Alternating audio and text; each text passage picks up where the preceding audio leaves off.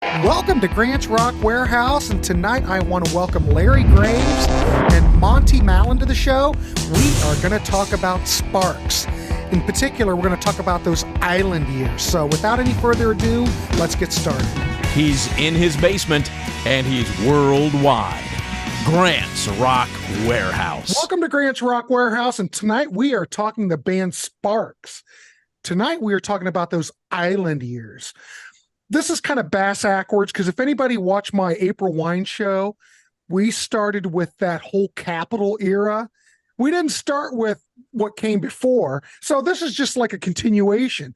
But if anybody watches my channel, you know what we're trying to do. We're trying to turn you on to bands that no one talks about. And my two guests tonight can talk Sparks all day.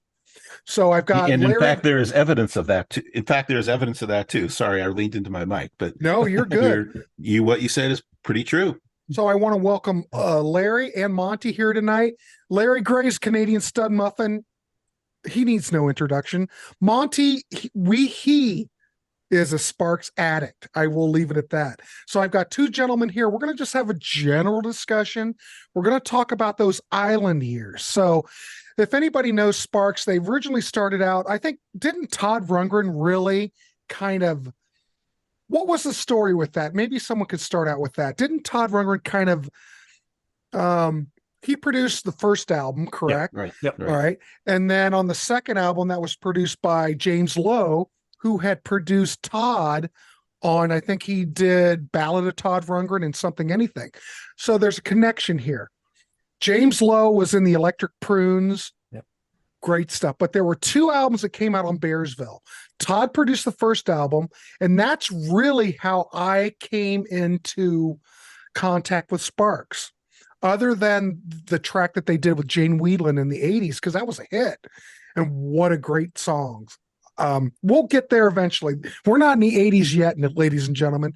We're talking the 70s when they got signed to Island. But anyway, since we did this bass-ackwards, we'll probably get to those Bearsville records, but we're going to start out with what I think is the sweet period, and that's those Island records. Now, people may disagree. Monty, before we started recording, thought that those 80s records are great. I'm not exactly sure what Larry thinks, but... Yeah, they are. Yep.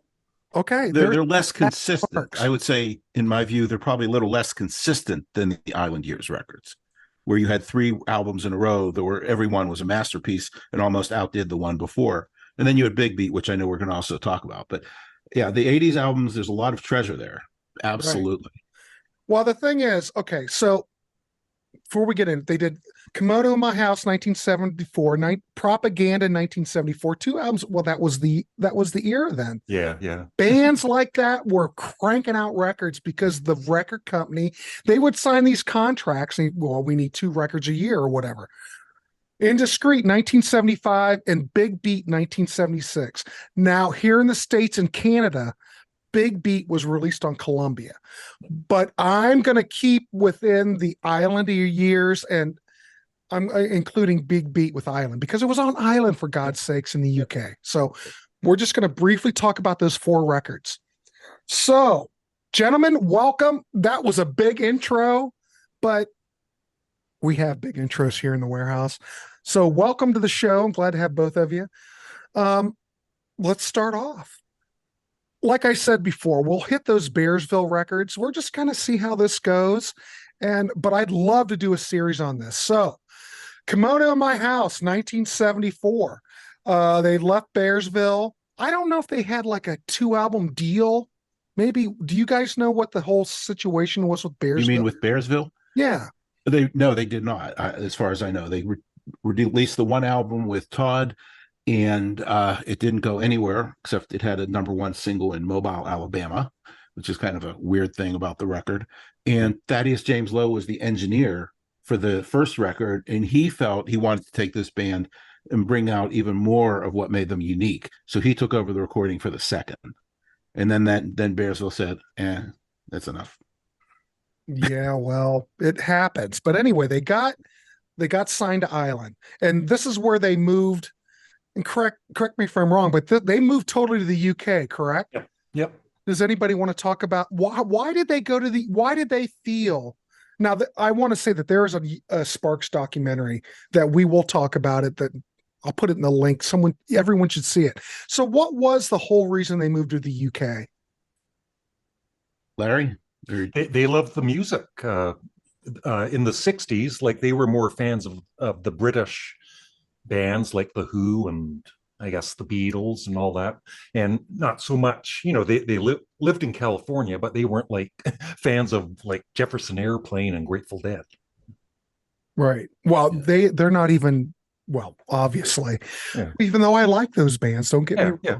But Sparks is a little bit more eclectic, a little bit more experimental. Hell, well, I think Sparks is more a little bit to with the Residents than anything else. Right. What? Let me just add a little bit to what Larry said. So they put out those 2 albums and they spent a lot of time touring in the UK. And they were a little bit popular, but the albums weren't going anywhere. The tour was canceled halfway through. They came home, but then they heard from Virgin Records, who said, do you, Ron and Russell, want to come on out here to the UK and try again with a new band? So they said yes. So they ditched the band that they had in the US. They moved to the UK.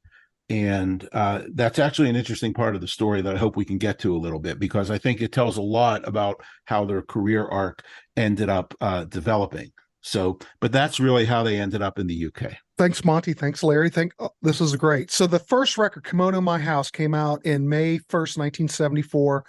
Recorded, well, actually in a pretty short period of time. They started recording that December.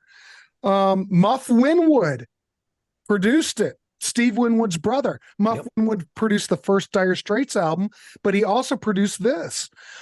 Gentlemen, what you think?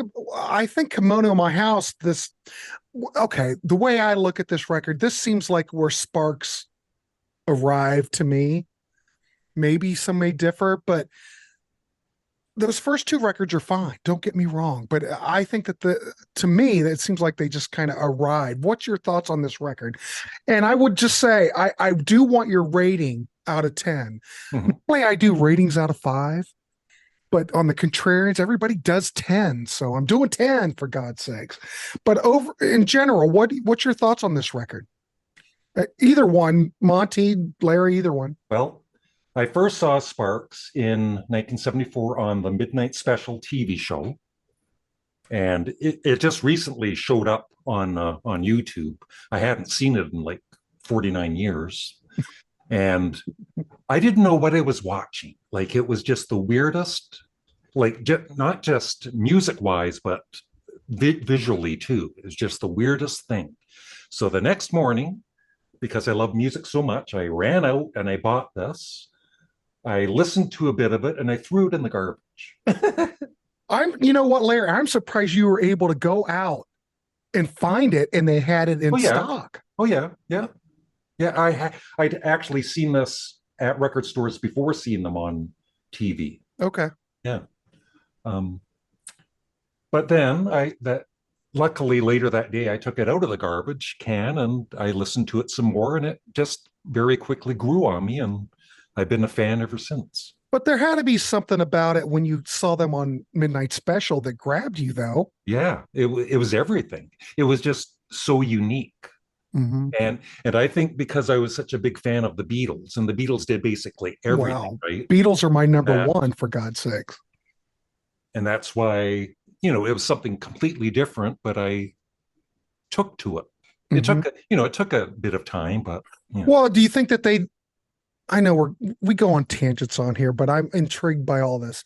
Do you think that they were more of a live band when you heard them, then you bought that studio record and you went, well, doesn't translate as well? No. Okay. No. Because a lot of people, I'm gonna mention Kiss, for God's sakes. Yeah. But you listen to Kiss live and then you listen to those early studio albums and you go, doesn't translate as well. Sparks for you could have been the same way. I was just wondering. No. Yeah. Monty, what about you? So the story starts exactly at the same place. I saw them on the Midnight Special.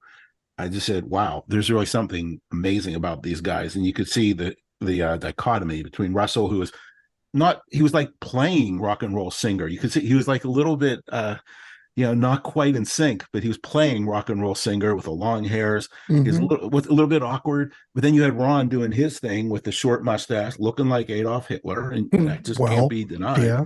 And it was like, so you got this one guy is like all angelic, and then this other guy's doing these glares into the screen, Hmm. and it's like, okay, what's going on here? So you're immediately grabbed, or at least I was immediately grabbed. But what really mattered was the music.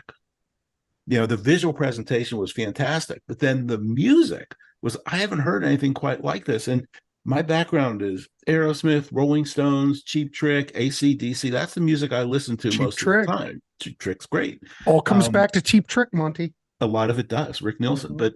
but something about their music, and I'm not an electronic music kind of guy at all, but something about their music just got me from the second I saw them. And as I researched it and found out more about them, I realized it was the two guys in front. This was their vision, and they ended up taking me on an adventure that I'm still on Mhm. 50 years later. And also the vocals. Yeah. There is nothing comparable to Russell Mail's vocals at the time with his falsetto. It was just, it was so bizarre. But Yeah, and some people just couldn't take it. yeah, and I could understand that. Even, back in 1974, I actually had friends that did like them, but then, I had other friends that couldn't stand them because of Russell's vocals, right? Yeah, they are. Yeah. I mean, a lot of people just said, I don't want to have anything to do with it. I'm out of here. Yeah, that's how I am when I hear Geddy Lee. Yeah, I'm like, yeah. oh my Well, God. Geddy Lee, Justin Hawkins from the Darkness, the Yeah. same kind of thing. Yeah, but with Russell, it was like, wow, this is a really sophisticated arrangement that his brother wrote, and he's killing it. And there was just something about the music that was like nothing I had heard before. Yeah, you have to admit, we're talking 1974 or around this era. There was really nothing like this. And then the songs themselves, like Falling in Love with Myself Again, like no other band was writing stuff like that. Right. Thank God it's not Christmas. Yeah, they all work on these multiple levels, Yeah. which is what, you can just listen to and say, that's a really good pop song, or you can start thinking about the lyrics, and all of a sudden you are down a rabbit hole real fast, at least in my case. But if you just look at the song titles, I'm just saying this town ain't big enough for both of us. Yeah. I mean, come on. These guys were all over it, tongue in cheek. They had a sense of humor, and, I'm thinking, who else had sense of humor during this? Zappa, maybe. Yeah. I can't really think of anything else, but I think, go ahead. Oh, well, here, I have a story. And when I have my own new YouTube show, which I'll talk about in a minute if you want to, but That's I have fine. a story about why I'm holding this up at the moment. This is the single that you just mentioned, This Town Ain't Big Enough for Both of Us. So I'm matching Larry visual for visual. You see that? Pretty good. But, oh, well. All right. Well, Yeah. all right. Wait, Larry, Okay. I got such a trump card coming up. It's going to blow you away. Oh, But goodness. let me just build on one thing that Larry said, which is that there really wasn't anything like this at the time. Mm-hmm. Absolutely true. But also at the same time, this was a period where music was expanding and there was more room for bands that had different styles. Now it's kind of generic, Oh, you have variations of Yeah. different things, but they're all kind of within a spectrum. But here, I mean, I remember reading an interview with whoever it was that it was the record exec behind the Ramones, and he said, yeah, they failed completely, but we just felt there was so much there we had to keep putting their records out. Seymour Stein. It might have been Seymour Stein and his wife. Yeah. And that was just what, you would never get that philosophy now. It's all, the vocals are all beautifully, produced. Perfect. And Yep. yeah. So it was a time when there was openness to the Talking Heads and all this kind of stuff. So their timing was good. Yeah, they fit right in with all that, I think. I was listening to Big B today, and I was just, you mentioned how well it was recorded and all that. I was listening to Big B today and just was it was just so well recorded, and the songs are so great. This is what we're about on this channel. We're trying to turn everyone on to different bands that they might not ever think of. And Sparks is one of those bands that these gentlemen and I think that people really need to hear. And we have nothing, we're not, we're just trying it's all about the music. And I was just thinking about it today, Mm-hmm. how much of a difference, like if you played Kimono My House to somebody, right? And then you played Big Beat afterwards, but you didn't tell them what, said they're two different bands, they would think they were two different bands. Right. And this is in a span of 2 years, right? And it's amazing. Well, that's the thing about Sparks. They always mix it up. I mean, they, Yeah. you know, they could have one album that's like disco. Yeah. And the other album, well, it'd almost be like new wave. Because the track, I'm having a blank. The track with Jamie Whelan, Cool Places. Cool Places, that is total new wave. Mhm. Yeah. But if you're talking about Kimono in My House, how do you guys look at this record? We're pretty biased on this, on all of these records. I'm pretty sure. Well, our I rating's gonna know, be but 10 out of 10. well, I mean, for on me, this I think island Larry will be stuff, in the same you place, know. at least for the first three. Mhm. So, yeah. Well, I mean, what do you think when they got over to Ireland? They got to the UK. Do you think that that really was the thing that they needed to? Absolutely. Yeah. Okay, so it was Because all. the Go ahead. UK audience was more open than, you know, Americans for that kind of music, Mhm. that Yeah. kind of weirdness. I totally agree with that. And they had a producer who had a little bit of a different philosophy. And the first two producers that you mentioned with Bearsville were kind of, let's make this band with all their quirks sound as great as possible and bring out those quirks because it's so great. And the guy who produced them on the first two albums was like, we're going to take your sound and we're going to put it into a context that people are going to love it. And it was Muff Winwood, like you said, and he knew how to do it, and he did it. Yeah. So I think that was the perfect move for them. So if this, okay, I think that sounds great. But Kimono came out in '74, but Propaganda came out in '74. Muff produced that as well. Yeah. Yeah. Sorry, I'm trying to keep up. Do you think that, at least with this island stuff, do you think Muff was like the guy to produce them? He obviously knew what to do, I think. You're giving us softballs. Larry, go ahead. Yeah. He was a, I'm giving you softball. no, he was a very good producer. He wasn't my favorite producer for Sparks, but Okay. I mean, I was very happy with the production for both albums, unlike some of the later ones. Who's your favorite producer for Sparks? Tony Visconti. Tony. Yeah. And remind me, because I'm hosting and everything. When did Tony first work with them? 75. 75. Yeah. Okay.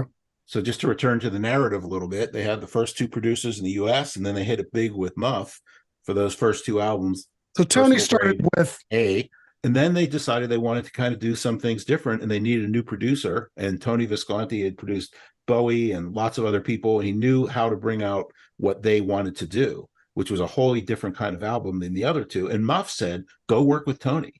There was no animosity there. You hear a lot of these producers like Tom Werman. I just saw a recent producer with Tom Werman, and I love Tom Werman and what he did with Cheap Trick. I don't care about all those metal records that came down the pike. You talk to Martin Popoff, he's not a big Tom Werman fan. I think what Tom did with we're on a tangent, but we're just going to go with it, gentlemen. Mm-hmm. What Tom Werman did with Cheap Trick, he knew exactly what to do with them.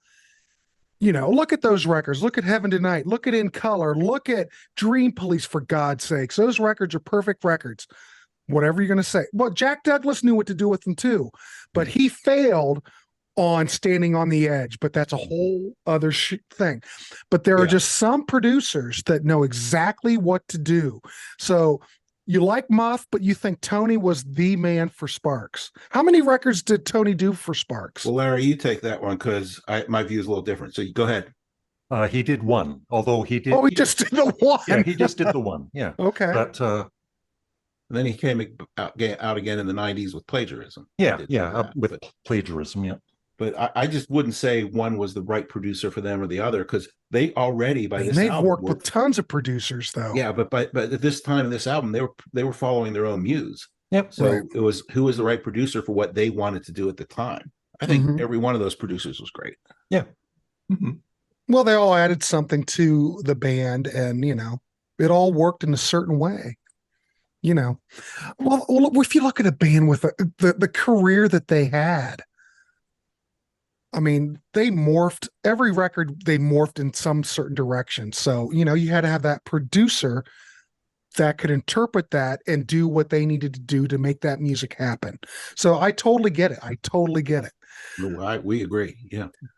But in my opinion, some of their weaker records are ones where they did not have that compatibility. So I agree on all fronts with you.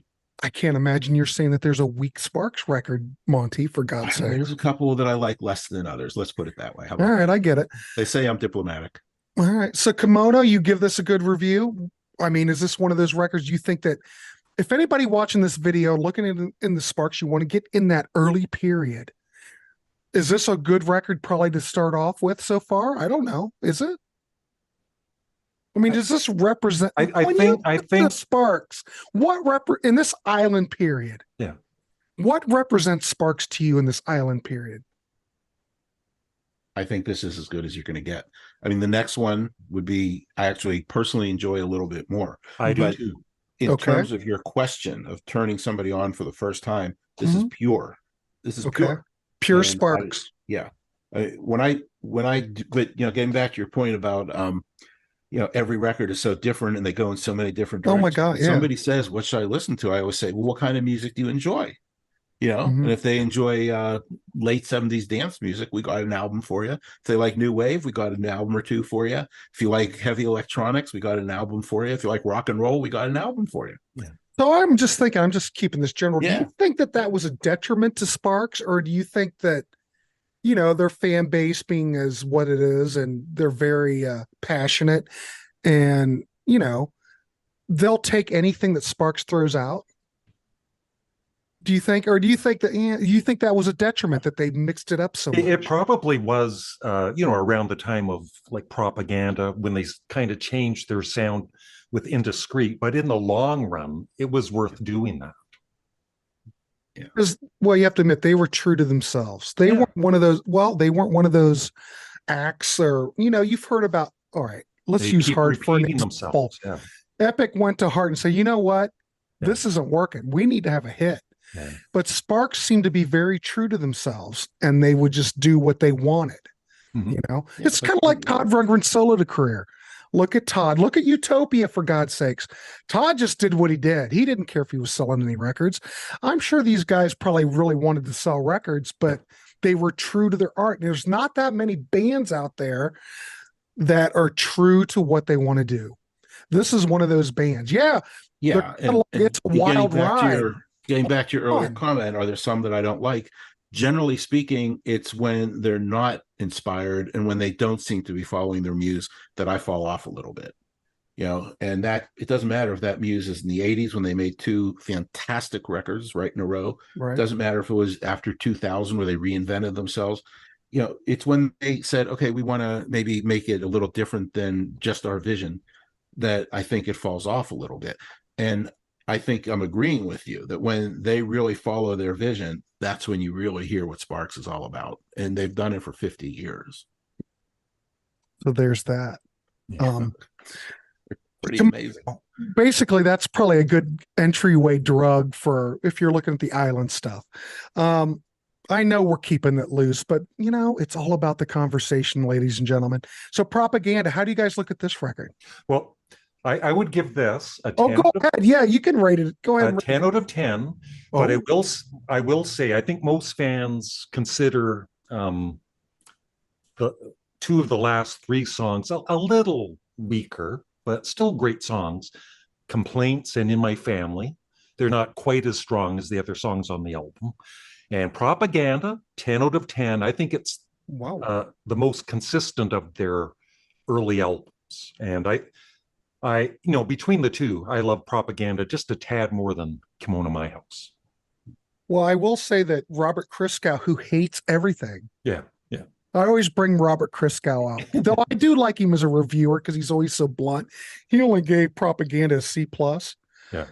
What did he give? I wonder if he's revisited that, or I wonder if he would revisit. I don't know if he's even alive, but I wonder. No, he's alive. He's still doing stuff. He's like in his 80s though, but he's I still. wonder if he ever went back to it and said, that was a pretty good record. Now, I'd like to. I think Rolling Stone back in the day, didn't Rolling Stone hate everything Sparks Oh did? yeah. They put Sparks in the category of Queen. They hated Queen. Yeah. They hated everything. If you look at those later Rolling Stone reviews, everything comes. They're like, oh, well, this is great. It's all such bull crap. But anyway, Tom Hall, who I don't know who is, gave Propaganda an A-. People like this record. It had 4 singles off of this too, which is crazy.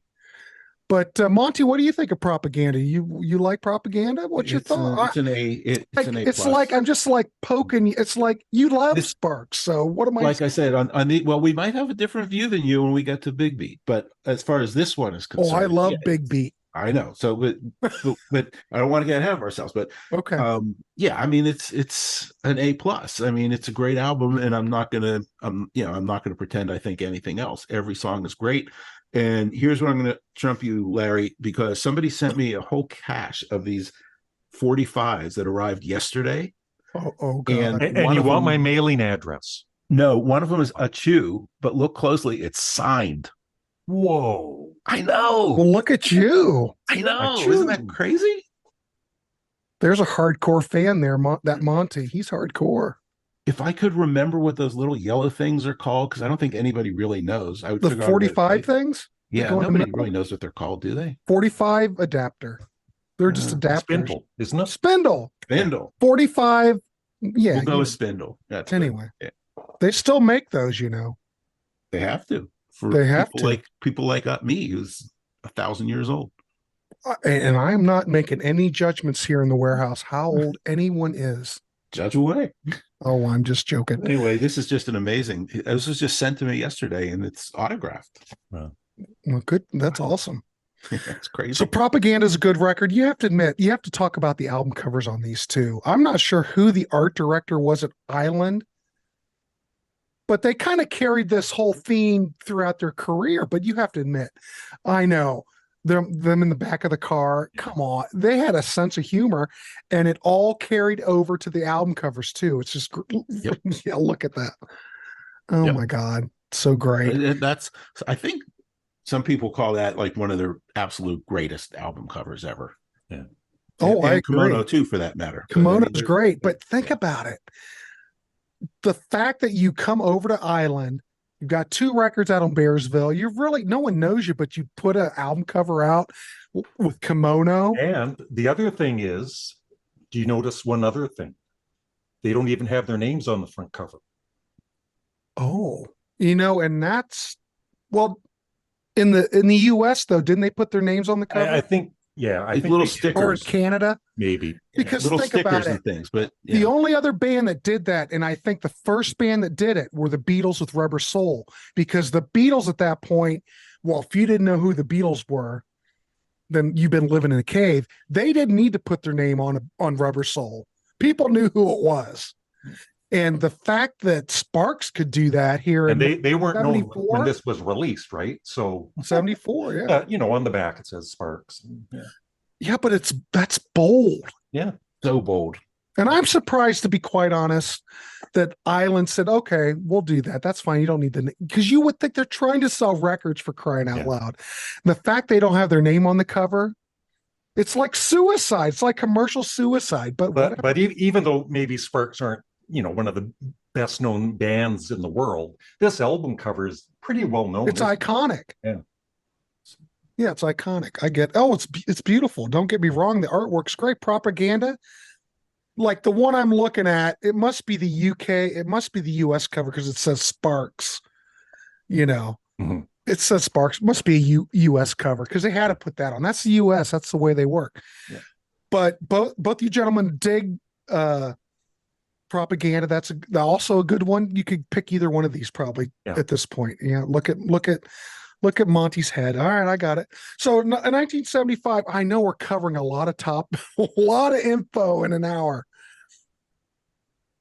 So we got Tony Visconti. We've got the next record that came out October 1975, Indiscreet. What's your, either one of you can just go, what's your thoughts on this record? Because it is a departure from what came before. It's a masterpiece. A masterpiece. Like, it was totally different from Propaganda and Kimono My House, but I loved it right away. Like, how fans, when a band releases a new album and they've changed their sound, most fans aren't going to like that, but I was open to it. Yeah. Well, it's kind of, I hate bringing up Todd Rundgren and Utopia, but look at Todd Rundgren's catalog. Yeah. His hardcore fans were always hip to the scene. One album could be like power pop. The next record could, well, look at Utopia. You could have Defacing Music. They're doing a Beatles record, for God's sakes. These guys, same kind of thing. They're mixing it up, but the fan base embraced it. I mean, how did this album? This album didn't sell anywhere. It didn't sell the same level as the other two. But how did It it did do in okay. the UK? How did it do in the UK? That's what I mean. In the Oh, UK, okay. All right. they started to trail off and people were moving on to other things. Okay. Yeah. Well, it happens. Well, think about it. 1975, isn't punk rock about ready to launch? Yeah. It is what it is. But again, the album cover, the plane crash, Yeah. come on, is brilliant. Yeah. Look, So there you didn't, Grant, you great. didn't give me a chance to give my rating for the album. Well, we haven't got there yet, Monty. We're Well, getting there. Larry gave his. Well, Larry's, you know how Larry is. They're all He's a 10 out of YouTube 10s. Monty, he's a YouTube superstar. He just does his thing. I am on love my that way, too. but I cannot compete with Larry. Look, there's great photos. Always the photography with Sparks is great. Yeah. Well, go ahead, Monty. I'm an equal opportunity employer. So what was your rating? What do you I think would about give it a Indiscreet? D. I would give it a D. Yeah. Excuse me? A what? Yeah, I'd give it a D. A yeah. D? Yeah. Out of a D? No, I'm kidding. It's clearly an A plus. Okay, God, you're throwing me off. You never know. People, we're trying to turn people onto Sparks, and everybody's going, "What the hell is happening here?" Oh my God, it's beyond A. If there's a It's level beyond beyond A. Yeah. Yeah. So you think this is a match? Do you think out of the island? Well, we haven't got to Big Beat yet, and I like Big Beat quite a bit. Yeah, that'll be a fun discussion. Was the beat? We're getting there, gentlemen. Do you think so far out of the island stuff, this is like the masterpiece so far? I would say Propaganda and well, they're all masterpieces. They're all masterpieces. Yeah. Okay, that's fine. Well, look, Grant, you're doing a podcast on that era, right? I mean, 'cause Yeah. that's such an amazing era. Well, that's why we're doing it. Right. But this discussion's going well. We're going to, I want to open it up. Okay. Like I said in the April Wine series, we started out that Capitol era, which is considered the golden era. You know, that's what everybody likes. So we did it bass backwards. But then we open it up to like do the Bearsville stuff. And then we could talk about the 80s stuff. I just broke it up into the island stuff because it was just easy to break it up, you know. Yeah. But it's all well worth it, you know. But all these different eras, you know, every time a band signs with a different label, I always look at it, it's like a chapter has closed and a new chapter has opened up, you know. Yeah. Now I don't even know what I was saying because I was on a tangent myself. Well, you were getting back to why we think all of these are so great. And I'll just tell you from my personal story a little bit. Was just Indiscreet was the first album that I bought new. Okay. All the others were like, I'm going to get those first 4 albums. It's great.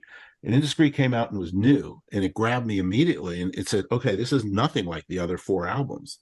Right. And then at that point, I realized what the cohesive thread was, which is Ron and Russell's vision. And that's what's the cohesive thread all the way to today. Mm-hmm. So I think my view, and Larry, you can back me up here if you agree, is that the fandom who stayed with them this long started to say, okay, these guys have a vision. They have a way they want to make music, and I'm in. It doesn't really matter what sound it is. There's some I like better, some I like less. But overall, I'm with these 2 guys. I want to see where they're going to take me next. And so Indiscreet was like, okay, this is different. Yeah. You know, but I love Ron and Russell. I will admit, like when I first heard it, I was a bit, because I loved Russell's falsetto, right? And so I was a little disappointed that, you know, he was singing in a lower key a lot. But then there would be times when he'd sing, and, you know, I just love it when he would use his falsetto. But I still, you know, I think he's a very, very underrated singer. Absolutely. Well, what was it? Well, yeah, I totally agree. I think he can probably sing. And he can still deliver in concert. We both just saw them this year in concert. What was the reason that he started singing in a lower range? Do you know? Just fit the songs better? I don't know. Throwing it out there. No, specifically, I guess maybe they thought just a little bit more appealing to more people or something like that. But honestly, that's speculation. But it still works, even though Larry, you missed it, but you still were on board. You still, all right. Well, so what Larry, wait a minute. I know what did you rate this, Larry, again? I forget. 10. You gave it a 10. So he far, gave it an F. a home run. I gave it a D because I'm more generous. He gave it an F. D, for God's sake. Oh, this is so much fun. So anyway, All right, so far we're hitting it out of the ballpark. So Big Beat, 1976. They got rid of the original band because on the first three Island records, they had hired it. We didn't even bring that up. See what kind of host I am? I'm piss poor.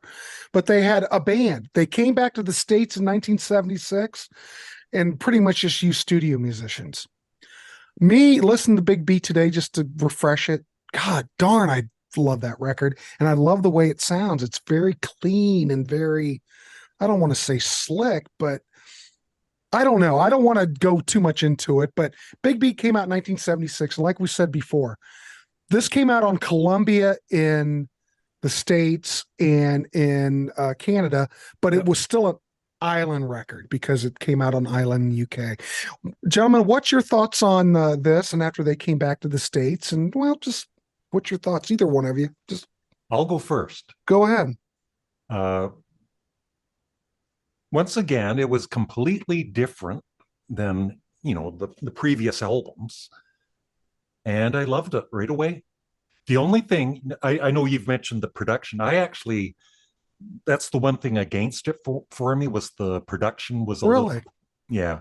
I think the drums were too loud and Ron's keyboards were kind of buried in the mix. But the songs, I loved them. 10 out of 10. But I think that this, as far as a record, seems to be a little bit more accessible. Do you think look, they could have got to the end of the Island contract. Island could have said, you know what, boys, we're with you, but can we have a little bit more? Well, plus they're selling less records. I don't know they're wanting, at at this point, they're wanting to sell records, right? Right. But I'm not to the point where they're selling out. No. Yeah, they changed their sound. They're wanting to sell records. And I don't know how much. They did move to New York. I mean, that's a fundamental change. They wanted to be part of the music scene in New York at the time. Yeah. Mm-hmm. And and they really were thinking about what is an American sound. So yeah, they still kept to who they were for sure. But I mean, it's a lot heavier. Yeah. And the guitars on this record sound great. Yeah. But it's a lot more accessible. I don't know. Do you think Columbia had a lot to do with, I don't know, when they've recorded this? I can't imagine a label going to Sparks saying, you know what, we need this or that. They just seem so independent and so, I don't know. I think it was them. I don't think it was the record company telling them what to do. But they did pair him with a producer who is a little bit more slick. Yeah. Rupert Holmes. You know who Rupert Holmes is? Pina Colada. And I didn't even know Rupert was a producer. Yeah. And I think that there was probably pressure on them to produce something. And so they ended up with where it was. Mick Ronson, by the way, you'll like this, Grant. Mick Ronson was supposed to be the guitarist, and he bowed out at the last minute. And they didn't imagine. They actually recorded together. Yeah. Yeah. Those are Did any of that stuff come out? No. Oh. Bob, can you imagine that? Before we wrap this episode up, don't let me forget, because I get on tangents, gentlemen. We need to talk about those remasters, the CD remasters, the bonus tracks. So don't let me forget. See how we do this. So anyway, Rupert Holmes produced it. I just wonder how much Columbia had as far as influence wise on this record, because they had I don't know. Well, do you guys know? Well, what I would say is that on the next record, Columbia had a heavy hand. On this one, was probably a moderating hand. It was probably, maybe we can get you a different producer, try to get an American sound, but you be you, and, all those things. And it came out the way it is. Yeah. On the next record, which I know we're not talking about here. Which totally confused me when it came out, because it said introducing Sparks, and introducing Sparks, this is their seventh album. And it was nothing like Big Beat. No. Nothing like Big Beat. And I loved it too. Yeah. And that's where I think the Columbia did have a heavy hand. Yeah. So on this one, I would guess probably not so much, but still maybe a moderating influence. But me personally, even though I've really liked this album quite a bit, I think the Big Boy leading off the record, I mean, that's just like pop. That's just catchy. And whole record on this album is the whole album is catchy. And Joey Ramone, of course, was a fan, and he actually wanted Ramones to do Nothing to Do. Yeah. I don't know. I think it's a wonderful record. I don't think it gets as much love as it should. Yeah. Well, All Music gave it 4 stars, so that's something. Yeah. And of course, once again, the cover, right? Mm-hmm. In the back cover. See, I think it's a good album. I think it's a good that. album. I don't think personally, with you guys, quite as saying it's a 10 out of 10, but it's certainly it's a good album. I like it. Well, Monty, if you don't give it a 10 out of 10, what is it about this record you don't like? Even you might like it, but what was it about it what caused the drop? It's a great question. That is a great question. I think because it was like, it was such a roller coaster. They did Propaganda and Kimono. Don't say roller coaster. But they've always been a roller coaster. Like we've been talking about. They've never been consecutive. They've always been, Yeah. Then they did Indiscreet, which was completely different. Then, like a year later, they're coming out with this, which is so completely different. But all their records are like that. I know. But this one, I just felt the sound was a little forced. I felt the lyrics were a little forced, you know. It sounded like a Sparks album that was produced by the wrong person. Ooh, okay. Now we're getting to it. Okay. Yeah. Well, I don't think I don't hear it that way. I personally don't hear it that way, but we all hear stuff differently. That's the beauty of music, Yeah, well, this would be a boring conversation if we just agreed on everything. Exactly. So this makes it a little bit more fun. But the thing is, once again, like the song titles, like "Throw Her Away and Get a New One." What other bands would, write a song? Zappa. Zappa would be the only artist that I can think of. So two quick comments here. One, don't get me wrong, I love the album. I just don't think it's quite the same level as the others. Fine. Two, whatever you do, please don't compare them to Zappa. I'm begging. No, I'm not comparing. Hey, I love Zappa. I love Zappa, but I'm talking about the song titles. I know. When I look at the Sparks song titles, I think, well, this could be. You can't compare the two. Everybody's just having some fun. I'm just having some fun. No, but you know what I mean. Zappa did what he wanted to do too. No one told Zappa what to do. Yeah, Sparks kind of the same way. I would agree. You could put the Residents. Who else? Todd Rundgren. You know what, gentlemen? There would be a show right there. Mm-hmm. Artists that you couldn't see. This is how this works. All my shows just come from another discussion. There you go. There's a topic right there. I have to write that down. But I like this record. I don't hear that I understand they're trying to get a hit to some degree. I don't think they'd ever get a hit, but not until they met Jane Whelan. Then it was magic. But I kind of lost my train of thought. Monty saved me. I couldn't disagree more, but I love the comment. Yeah, right. I lost my train of thought. You'll have that here in the Warehouse. I just had a big smile because there's so much great music between this and the Jane Whelan album. Right. But I'm with you. I'm with you. My first introduction, I didn't even bring that up. Of course, it was the Todd Rundgren thing because I was a big Todd Rundgren fan. So when you're a kid and you're soaking all this up, you're trying to research as much as you can, and you find out, oh my God, Todd produced Sparks. So you go and check it out. But what really hit me was when they did Cool Places with Jane. It's the perfect new wave pop song. I will go on record to say that is a perfect single for the 80s, and that I can listen to that song over and over again and never get tired of it. Absolutely brilliant. And they pulled it off. They were able to hit the top 40.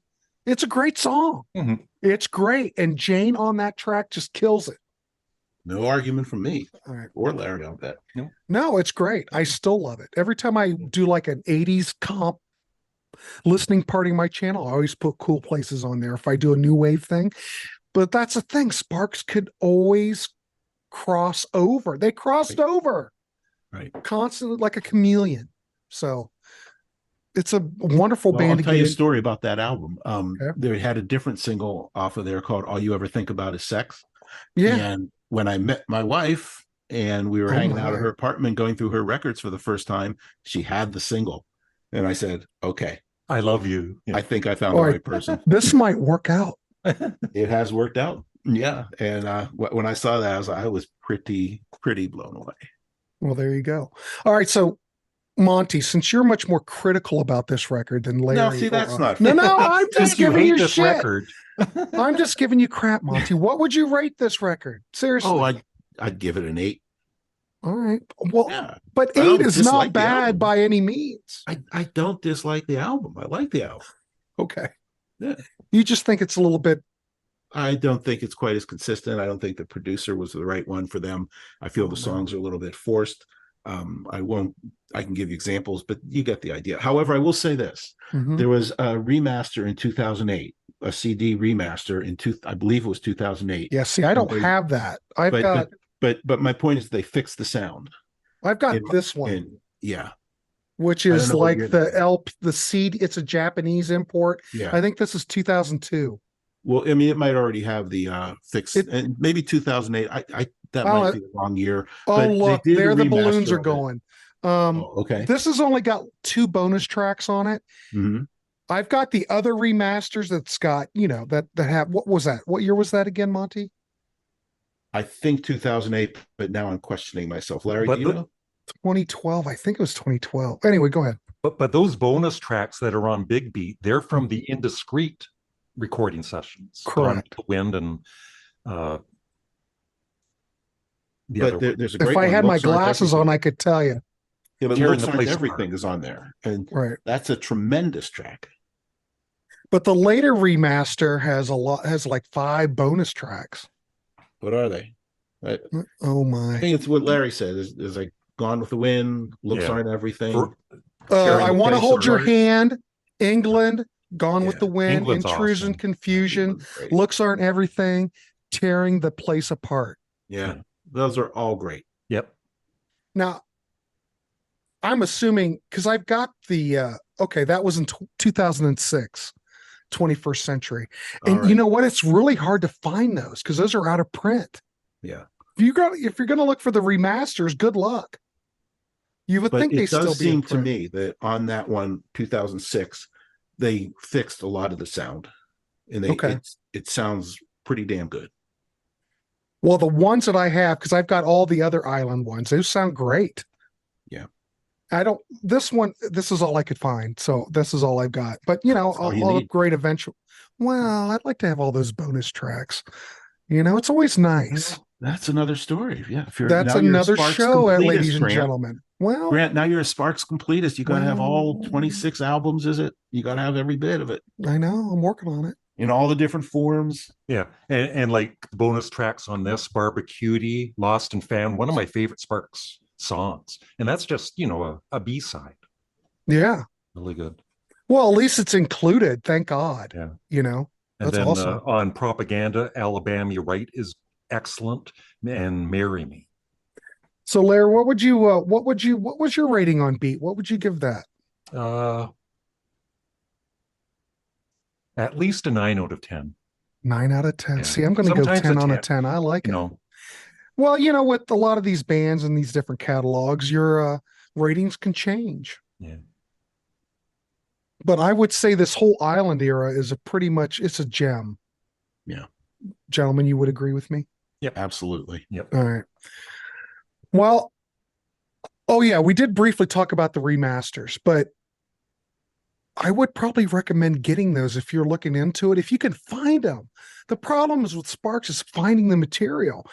And I'm not a streamer. I don't know about either of you gentlemen, but I'm not a streamer. A little bit. Yeah. I stream. But, I stream all the when time. somebody asks me, Monty's all over it. Okay. when somebody asks me what should I listen to first for Sparks, right? And they've got all these albums. They released best of double or triple CD, best of Sparks that covers their whole career. Just get the 2 CD. I think that's a perfect way to start. Is that the Rhino one? No. No, different. Okay. No, I know. Yeah, that's a great one. Yeah. We can get you the name. And Uh, another thing, Grant, I would Yeah. recommend, in addition to that, just go with the latest album. Just start with the latest album. From go a few months backwards. ago. What? Well, The you could girl do cry- there and go backwards. The girl's crying in her latte. It's a tremendous Yes. album, in my humble opinion. And I'd say just start there. This one right here. Yeah. Okay. There you go. Good way to start.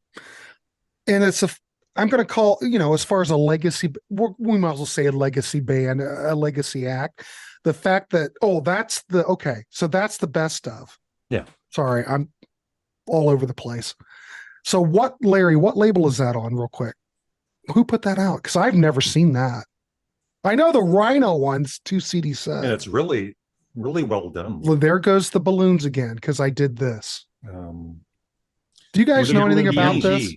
What do the balloons mean? Yep. You know what? I've determined that if I do certain things pop up. Watch this. And if I do this, well, the balloons will pop up. Happy birthday. If I do this, we do it. well, I don't know. Look, if I do 2, we get confetti. I've looked online to see what that is, and I have no idea what is happening. But it does it on StreamYard and it does it on Zoom. So it must be the Mac. I don't know. I don't know what it is. But it'll just pop up in these shows because I'll just do something and there it goes. Weird. Yeah, and this covers, like I said, most of their career. And the very first song is Computer Girl, which they recorded in 1967. Yeah. Oh, so that has been officially released. Yeah. Wasn't it on didn't Computer Girl come out on Wounded Bird? You remember when they released the first 2 records? Didn't they have that as a bonus track? I could be wrong. I don't know. I'm embarrassed. But I had those Wounded Bird CDs, and then, in my lifetime when you have to purge or you need money. Yeah. Well, and I never got them again. I'm embarrassed. I shouldn't even be hosting this show. Never get them back. Well, they're back. You can get them, but I just haven't got them back, and I'm embarrassed, gentlemen. I'm embarrassed. Well, anyway, I guess we could making an inside joke for Sparks fans there. I was referring to some lyrics from 2000. Monty's deep. He's deep. Well, gentlemen, I guess we can wrap this dog up because I have another show at 8. This was good. Do you guys want to do another episode and maybe cover, because Stephen Schnee, I talked to Stephen Schnee. Larry knows Stephen Schnee. He wants to do the 80s show that we're going to do. As long as Stephen's not on the show, I'm willing to do it. Okay. I don't even know who Stephen is, but if Larry says no, Stephen, then that's my position too. Well, Stephen Schnee has his own channel. He has a show called Ski Lodge. It's going to be on here in an hour on YouTube. But the guy has written liner notes for tons of CDs. Larry can back me up. Absolutely brilliant. You could throw a band out and almost as brilliant as me. Almost up to Larry's level. Almost my level. But he's like an encyclopedia. Grant, can I do a shameless plug for a couple Please things? do. We have to. Yes. Okay. There is a Sparks podcast called All You Ever Think About Is Sparks, which I have been a regular participant on, and I highly recommend it. The guy who puts it together is Christian Huey. He does a tremendous job on it. And speaking of Christian, he was the guest on my brand new Sparks YouTube show, which we just finished completing the 2nd episode, called Sparks Entertainment and Art. And I'm shameless in pitching for listeners. No, that's fine. Yeah. But I'll put the link down there anyway. So send me the link. I guess you can send me the link. Can you send me the link? I can send you all kinds of links. Anything you want, I'll put it down here. Okay. Larry Graves, Canadian Studmuffin, professional YouTuber for years. 18 years. 18 years. Oh Look at God. this. I'm tired. He's tired, but he's still doing it. Yeah. Putting content out almost daily, right? Mm-hmm. Yeah, he's damn professional. I'll put his link down in the show. But his link's already. He just covered the new Rolling Stones. It's already down in my link, so I don't have to put it down again. But check out his channel. Please like, subscribe. I want to thank Larry Graves. I want to thank Monte. Oh my God, gentlemen, what a great discussion! I think we can secure that we're going to have another show. We'll talk offline whether we want to do like the Bearsville stuff or we want to do the 80s stuff. I kind of want to do the 80s stuff because I want to get Schnee on here. But anyway, thanks, gentlemen, for coming on. It was a blast. It was a bit loose, but if anybody knows what it's like in the warehouse, it's loose. So, all right, please like, subscribe, check out the links below, check out these guys' channels, and we will see you on the next one. Thank you. Bye-bye. All right.